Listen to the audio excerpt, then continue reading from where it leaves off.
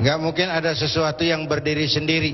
Nggak ada api, nggak ada asap kalau nggak ada api, kecuali knalpot motor. Cuma asap doang, nggak ada apinya tuh. Tiap ada asap mestilah ada api. Ini kan hal yang integral. Sama juga kalau kita bicara pelacuran, perempuan mulutnya kita umelin. Padahal kan orang bisa dagang gara-gara ada yang beli. Ya, dimanapun orang bisa dagang kalau ada yang beli. Yang beli kita nggak omelin tuh. Yang dagang setengah mati kita omelin. Kita suka pincang menilai memang. Oleh karena itu perlu kerja terpadu. Yang demo terusin menyampaikan aspirasi. Yang Pemda lewat wewenangnya. Kerja perlu terpadu antar semua kita dalam membangun filter buat masyarakat, bangsa, dan negara yang kita cintai ini. Apalagi tadi tuh lagi seleksi menteri nih. Pak.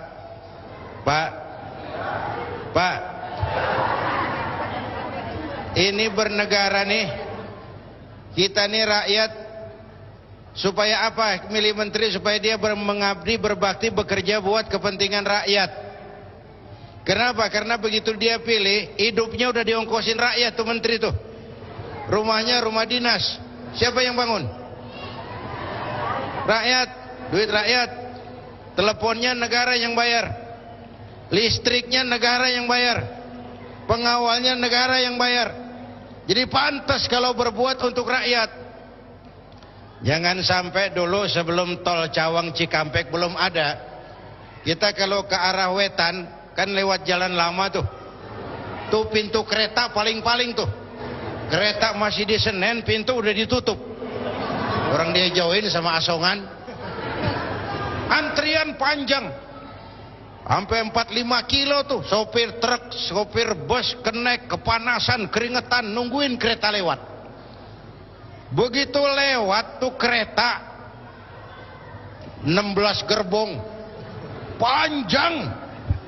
Terus kenek yang kehausan, kepanasan, ada rasa puas nungguin tuh. Pantes lama banget kita nungguin keretanya panjang. Bener nggak? Coba bayangin, udah setengah jam nunggu di pintu kereta, aus, panas, keringetan. Begitu lewat lokomotif doang, pala kereta doang, gojlok. Sopir kenek nyumpah ini gila. Gua kira apaan yang mau lewat beginian doang. Nah rakyat sama pemerintahnya juga begitu. Rakyat mau nunggu, rakyat mau keringetan, rakyat mau berkorban untuk sesuatu yang besar, untuk sesuatu yang bermanfaat bagi rakyat. Jangan sampai bunting gajah keluar tikus. Bunting gajah keluar tikus. Gede-gedean geluduknya sama hujannya. Geluduknya jegar, jeger, hujannya cuman gerimis. Ini namanya besar pasak dari tiang, harapan rakyat jadi sia-sia. Oke Bu ya, saya setuju. Jangan kita mojokin perempuan. Kita nih kalau nggak ada perempuan kiamat Bang. Pak Kiai, Pak Kiai cocok jadi Menteri Agama Pak Kiai. Wah, enggak. Orang mengabdi itu berbakti kan nggak cuma harus jadi menteri, nggak harus jadi pejabat tinggi. Untuk berbakti itu setiap kita bisa. Wah, kalau nggak jadi menteri kiamat, cengeng. Kalau niat malah lebih ikhlas kok berbakti tanpa jabatan itu. Bu, yang kedua nih pertanyaan tentang walal akhiratu khairul laka minal ula. Akhirat lebih utama daripada dunia. Tapi kenapa dalam praktek para pemuka, para tokoh, bahkan kaum sebagian para pemuka agama lebih mendahulukan dunia? Nih, Bu, kita ambil contoh. Beberapa nabi kaya. Beberapa nabi, Nabi Sulaiman, nabi kaya. Salah enggak tuh? Salah enggak? Enggak dong. Nabi Ibrahim, nabi kaya. Kalau kiai ada yang kaya kan lumayan, bangun masjid nggak bau-bau proposal kemana-mana ngayap. Ya, asal jangan dijadikan tujuan. Sekali lagi saya bilang, jabatan itu alat, harta itu alat, kemampuan itu alat. Gunakan alat untuk mencapai tujuan. Kalau itu nggak salah. Tapi kalau ngumpulin harta jadi tujuan, itu yang salah. Kan ada orang kerjanya ngumpulin sama ngitung. Wailul likulli humazatin lumazah allazi jama'a malan wa addadah. Celaka para pengumpat yang kerjanya cuma ngumpulin sama ngitung. Ngitung, ngumpulin, ngitung, ngumpulin. Sedekah nggak pernah, berbuat baik nggak pernah. Kerjanya cuma ngumpulin sama ngitung. Kolektor. Itu yang nggak benar. Jelas? Saya cuma sampaikan satu hadis Rasulullah memberikan peringatan keras. Begini, ini 3 penyakit, Pak. Iza azzamat ummatid dunya. Wa fi riwayatin, iza azzamat ummati dinaran wa dirhaman. Kalau umatku sudah mengagung-agungkan dunia, kalau umatku sudah membesar-besarkan uang dan dinar dan dirham, kalau umatku sudah jatuh jadi umat yang materialistis, semuanya diukur dari uang, nuzi'at minha haibatul Islam, dicabutlah dari mereka kehebatan Islam. Islam enggak berwibawa, Islam bisa dibeli. Banyak sekarang orang-orang yang sebenarnya orang besar tapi memposisikan dirinya kayak anak yatim di pesta orang kaya. Partai Islam nggak berwibawa, tokoh Islam nggak berwibawa, nasibnya kayak anak yatim di pesta orang kaya. Anak yatim datang ke pesta orang kaya, nongkrong di depan pintu nungguin dipanggil, dapat apa gue nih? Menyedihkan, memalukan, memilukan. Kenapa? Kita jatuh jadi umat yang materialistis. Kalau umatku sudah mengagungkan dinar dan dirham, dicabut kehebatan Islam. Satu. Yang kedua, wa iza tasabat ummati.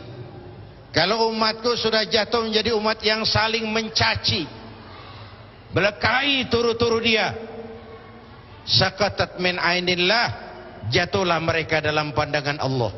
Itu penyakit kedua. Yang ketiga, wa idza turikatil amru bil ma'rufi wan nahyu 'anil munkari hurimat 'alaihim barakatul wahyi. Kalau amar ma'ruf nahi munkar sudah ditinggalkan orang, hilanglah keberkahan wahyu. Kita cuma mengklaim tapi tidak lagi realistis dalam kehidupan kita. Oleh karena itu, Islam tidak melarang orang jadi kaya asal sebagai alat. Memang Rasulullah pernah doa, ya Allah, hidupkan saya dalam keadaan miskin, matikan saya dalam keadaan miskin, dan kumpulkan saya di akhirat bersama golongan orang-orang miskin. Ini biar cinta banget sama Nabi, tapi ngamalin doa kayak begini berat juga rasanya nih. Dan memang menurut saya ini etika kehidupan Rasul. Tidak pantas kalau Rasul minta kaya. Kalau Rasul minta kaya, umatnya jadi apa?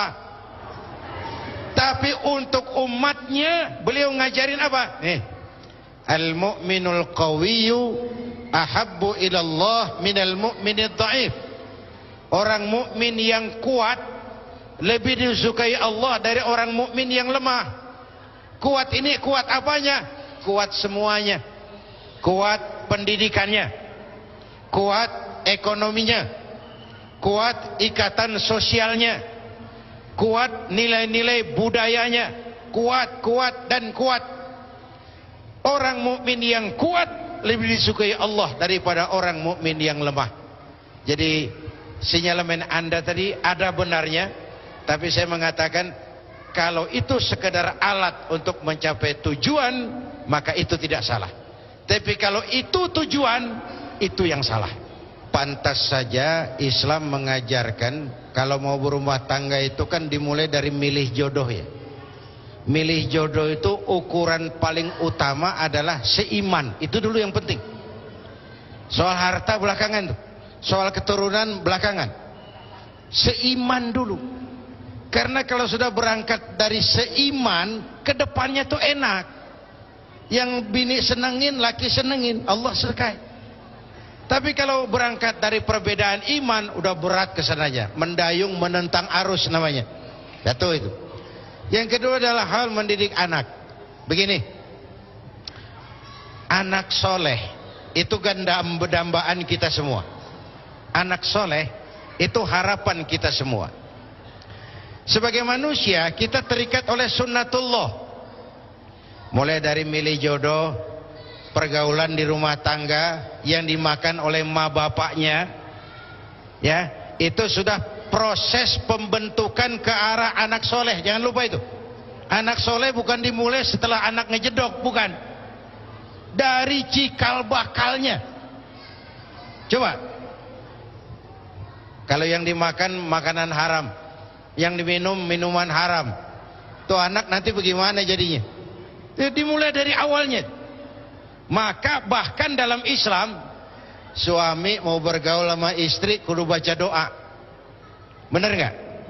Coba pikirin, ngapain sih pakai baca doa dulu, kan ribet banget itu. Udah bini sendiri, waktunya terbatas. Itu sudah awal proses pembentukan anak soleh. Terjadi kehamilan, ada tafaul, dibacakan surah Yusuf segala macam, mengarah kepada pembentukan anak soleh. Ma fil aba fil abna, dimulai oleh orang tuanya. Lalu lahir anak ke dunia. Pertama disambut dengan suara azan. Benar itu? Benar. Apa kok begitu? Ini bayi, panca inderanya yang pertama bekerja itu pendengaran, Pak. Dia belum bisa ngerasain, dia belum ngelihat, tapi dia ngedenger. Panca indera pertama yang bekerja pendengaran. Maka bayi muslim begitu brol lahir ke alam dunia, suara pertama yang masuk telinganya, Allahu Akbar, Allahu Akbar. Rekaman pertama di atas kaset kosong. Belum sempat dia dengar Michael Jackson, belum sempat dia dengar yang macam-macam. Allahu Akbar, rekaman pertama, azan. Begitu lahir udah dipesan, nah nanti kamu boleh jadi pedagang, nah tapi pedagang beriman, Allahu Akbar. Kamu jadi artis, artis beriman. Kamu jadi pejabat, pejabat beriman, Allahu Akbar. Setelah itu kasih nama yang bagus, kata Nabi. Mahummida wa ubbida, yang mengandung pujian. Muhammad, Hamid, Mahmud, Pujiwati, Pujiastuti, Siti Kusmati.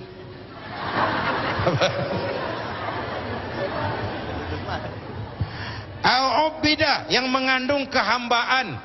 Abdun ditambah salah satu Asmaul Husna, Abdul Hayy, Abdul Ghani, Abdul Rahim. Nama yang bagus. Tapi yang terpenting yang ketiga, wa ayyu attibahu, mendidik. Nama yang bagus nggak banyak menolong kalau pendidikannya nggak benar. Di mana pendidikan dimulai? Al-bait madrasatul ula. Sekolah adalah, rumah tangga adalah sekolah yang pertama. Gurunya mak bapaknya. Belum dia kenal TK, dia kenal rumah tangganya. Gurunya ibu bapaknya. Kalau kita orang tua bangun pagi jam 7, insya Allah anak kita jam 8. Jangan suruh dia sembahyang subuh. Ma fil aba fil abna, bagaimana orang tua nurun ke anak. Yang udah-udah nih, kalau Betawi kata, asal bapak kalong anak kampret, bapak nyolong anak nyopet. Upaya pendidikan. Terakhir doa. Jangan lupa, kita cuma punya kemauan, Allah juga punya kemauan. Saya kasih contoh. Nabi Nuh pengen gak anaknya beriman? Pengen. Nyatanya itu Kan'an kumpul sama orang kafir. Nabi Ibrahim pengen nggak supaya bapaknya beriman? Pengen, tapi tetap pembuat berhala Azar. Bahkan Nabi Muhammad pengen nggak pamannya Abu Jahal beriman? Pengen, tapi lagi-lagi hidayah hak prerogatif Allah. Asal usaha orang tua sudah maksimal, selebihnya doakan Rabbi habli minas salihin, berikan kami keturunan yang soleh dan solehah. Baik. Kira itu. Ya. Sudah terjawab ya Ibu ya. Terima kasih banyak Pak Kiai.